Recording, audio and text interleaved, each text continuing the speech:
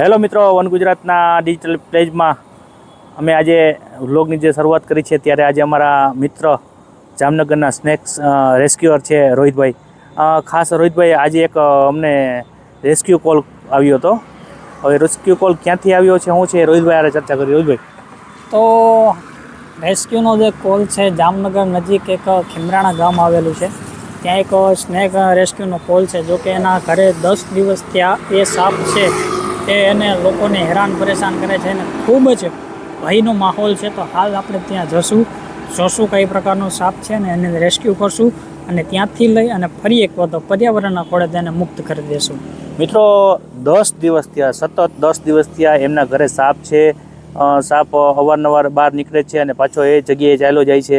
અને એ સાપ છે એથી લોકો જેમના ઘરના છે એ લોકો ભયભીત બની ગયા છે. ત્યારે રોહિતભાઈ કહે છે કે એ સાપ કયો છે, શું છે, આપણે ત્યાં જઈએ તે પછી ખબર પડે કે સાપ કયા પ્રકારનો છે અને શું છે, અને તેને રેસ્ક્યુ કરી અને પ્રકૃતિના ખોળે પાછો આપણે મૂકીશું. તો બની રહેજો અમારા વ્લોગમાં.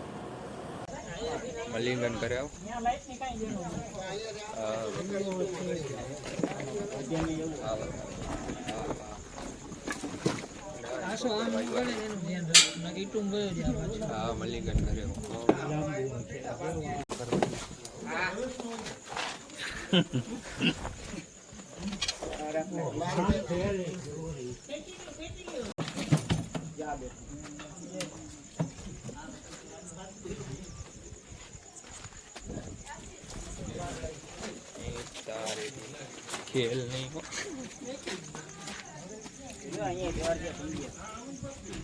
હાલે એમાં બધી રાખજે.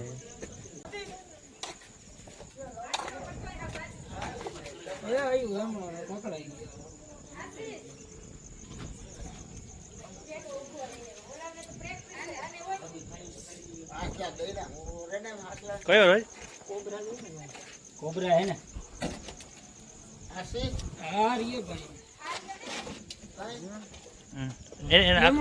આંખમાં બતી ને ભાઈ, બતી ઊંચી રાખજે ભાઈ. પણ આ જાય જો ઓલા દરમાં ગળશે.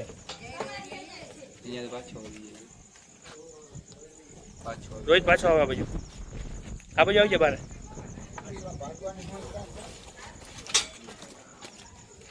ભાઈ બતી બાજુ કરે.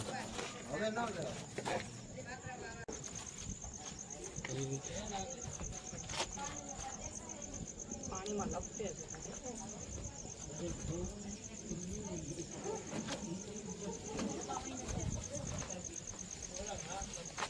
ભૂંગળું જો અહીંયા આગળ ભૂંગળું છે.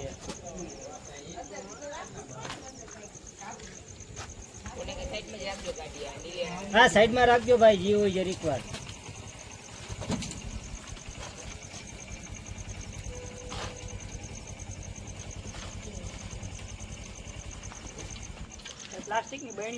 પ્લાસ્ટિકની બહેણી ખાલી કરીને લાવતો બીજું હલતા નહીં.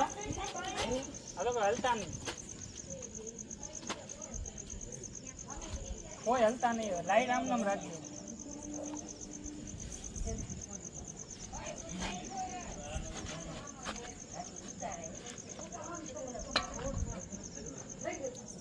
કોઈ હલતા નહીં હવે.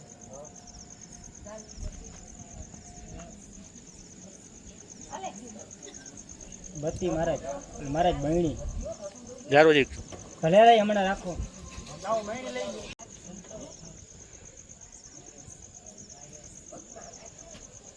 લાવો ભાઈ, બહેણી આપી દો.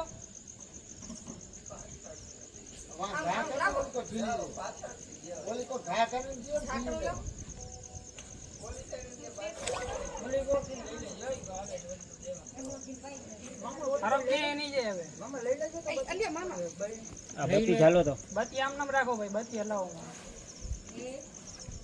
અલી ભાઈ, બતી અલી ખરાબ ઉપર ના કરતા બતી.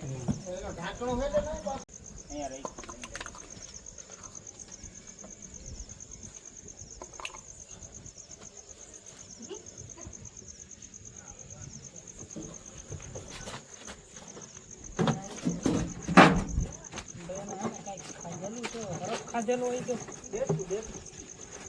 ઈ કઈ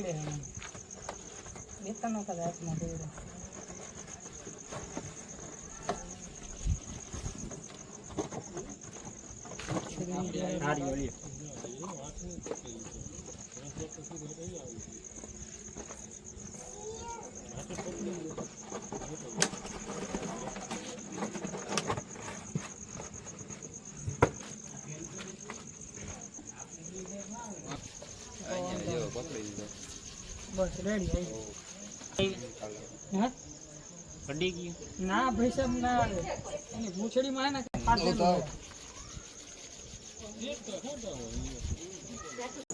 હાલ આપણા રોહિતભાઈને જે સ્નેક રેસ્ક્યુ માટેનો કોલ આવ્યો હતો અને અમે ખીમરાણા ગામ પહોંચ્યા છીએ. ખીમરાણા ગામ પહોંચ્યા છીએ અને ત્યાં સ્નેકનું રેસ્ક્યુ કરવામાં આવ્યું છે.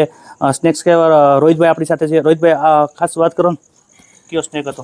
હાલ જે આપણે સાપ રેસ્ક્યુ કરેલું તેનું નામ છે કોબ્રા, જે અત્યંત ઝેરી સાપ હોય છે. ભારતના જે 4 ઝેરી સર્પો છે તેમાંથી એક છે આ સાપ. આ સાપ કરડે એટલે લોકોના મૃત્યુદંડ થતા હોય છે. અને શું નામ તમારું? આ ભાઈ લાલજીભાઈ. ક્યાંથી રહેવાનું છે તમારું? ખીમરાણા. ખીમરાણા ગામના રહેવાસી છે. જો કે બપોર દીના મને ફોન કરતા હતા. અને છેલ્લા કેટલા દિવસ ત્યાં સાપ હતો તમારી ઘરે? આજે 7 દી થી 7-8 દી. બુધવારે કાં નીકળ્યો તો લગભગ, ગુરુવારે કાં બુધવારે. ગુરુવારના બુધવારનો આ સાપ છે ત્યાં આગળ. કેવો બીક લાગતી હતી કે શું બીક હતું? તો લાગે જ ને. કેવી બીક લાગતી હતી? અમારા રાતના અમુક ને તો સપના આવતા હતા, બીકતા હતા સપનામાં. હવે બીક લાગે છે? હવે તો ન લાગે ને બીક. હવે તમે સાપને મારી પણ શકતા હતા, તો મારવાના બદલે ના મારવાનો તો અમારી નહોતી જ ગણતરી. 7 દિવસ ત્યાં નીકળતો હતો. શું ક્યાંથી નીકળતો હતો? ક્યાં જતો? હા, ઈંટોના થપ્પામાંથી આમાં ગળી જતો. ઈંટોમાં ગળી જાય. વળી 2-4 દી 2-3 દી એમ વળી ન નીકળે ને વળી કંઈક નીકળે તો થોડો ઘણો નીકળે ને વળી આટા ફરે ને હામો થાય પાછો. આમાં આડાવરો. તો 7 દિવસ ત્યાં જે સાપ હતો તેનું સફળ રીતે રેસ્ક્યુ કરવામાં આવ્યું છે. જો કે કોબ્રા સાપ છે, ગુજરાતીમાં એને નાગ કહેવાય છે અને અત્યંત ઝેરી સાપ છે. અને આ લોકોએ મારવાના બદલે એક સાપ બચે તેવો એક પ્રયત્ન કર્યો. ત્યારબાદ પછી મને કોલ આવ્યો. જો કે બપોર દિવસના કોલ કરતા હતા, પણ હું અત્યારના ફ્રી થયો એટલે અત્યારના આવ્યો છું અને આ સાપનું રેસ્ક્યુ કરેલું છે.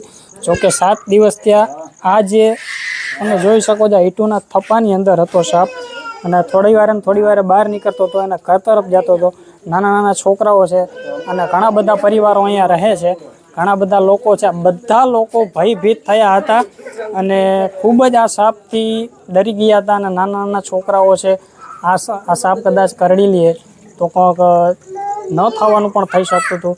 છતાં પણ આ લોકોએ સાપને માર્યો નહીં, સાપ બચાવવાનો પ્રયત્ન કર્યો. ત્યારબાદ પછી મને ફોન કર્યો. અને લાલજીભાઈ, તમારો પણ ખૂબ ખૂબ આભાર, કેમ કે એક સાપ બચાવવામાં એક હેલ્પ કરી પર્યાવરણ પ્રેમીની.